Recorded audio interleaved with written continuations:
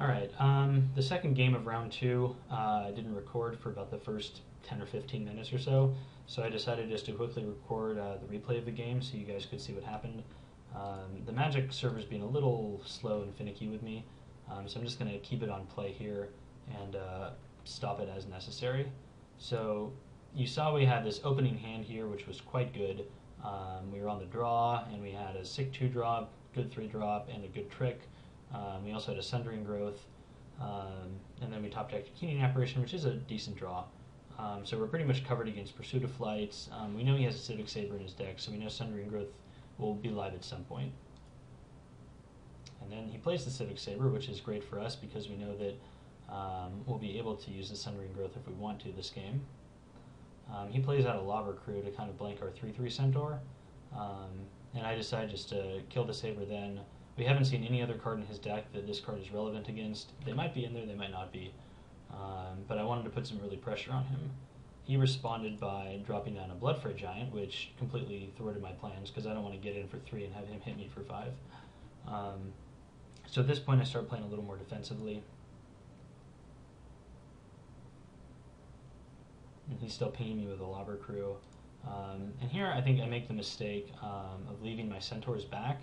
My plan was to Rootborn Defense and double block the Bloodfray Giant to kill it because I didn't really have any other ways to answer it in my hand.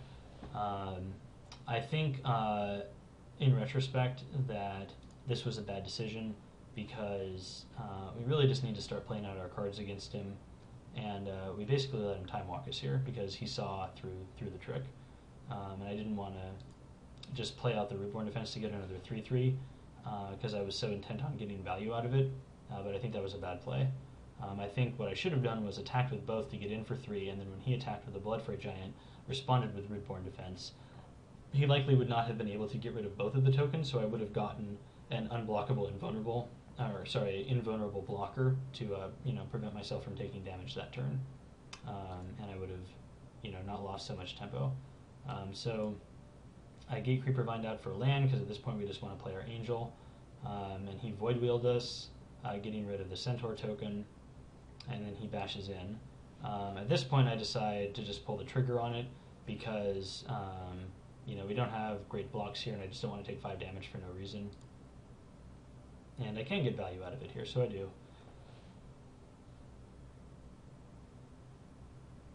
And then we drop a Centaur's Herald and a Sunspire Griffin in the same turn. Right now we're just trying to stabilize and buy time for the Angel of Serenity. Then we top deck Vitu-Ghazi Guildmage, which is a great draw for us.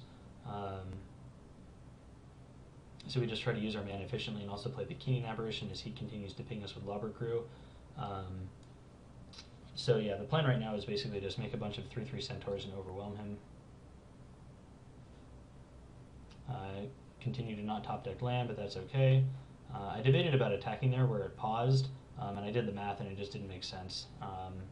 Even though we couldn't block with a Giant, we're not getting in for enough, and he's able to hit us back for much more, and we don't want this Giant getting in for big hits of damage.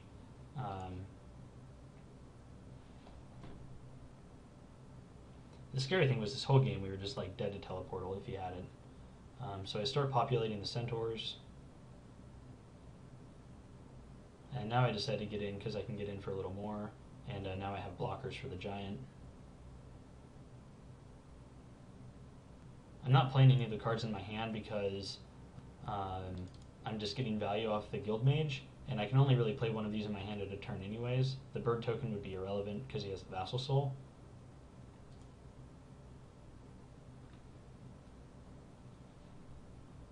And we drew another land, which is good because now we're one step closer to getting our Angel of Serenity off. And now I decide to play a couple cards out of my hand because I can play 2 in one turn instead of just the 1 from the Guildmage. He decides he's going to get in with his Giant now, so I double block. I just don't want to take damage. I realize that's a 2-for-1, but I was okay doing that so long as I didn't get hit. He drops Sphinx of the Chimes, which we didn't have an immediate answer to, but he's at 9 life now, and we have our Centaur army is growing ever stronger. We have 3 turns of like full triple block if we just want to like place on Spire Griffin and then use Eye in the Sky. And to be honest, like we could even just start populating bird tokens and block this thing indefinitely. So I wasn't super scared about getting overrun by the Sphinx. But I drew a tapped land, so I knew the next turn I was just going to be able to slam Angel of Serenity. Go ahead and populate again for value. And here I play the Angel. And my opponent then proceeds to give me a small heart attack because he taps a bunch of lands, and I think, oh no, Syncopate. But really it was Explosive Impact, which he must have just gotten that turn and was planning on doing at the end of my turn on Guildmage. But since I drew the Angel, or I drew the land for Angel, I think he just sent it at my face for some reason. I wasn't really sure. Maybe he was just playing out his hand to show me he had it. Yeah, or he thought he could maybe kill me by getting into the Vassal Soul. I'm not sure. But yeah, he scooped after that. So the Bombs won this game, just like pretty much every other this draft.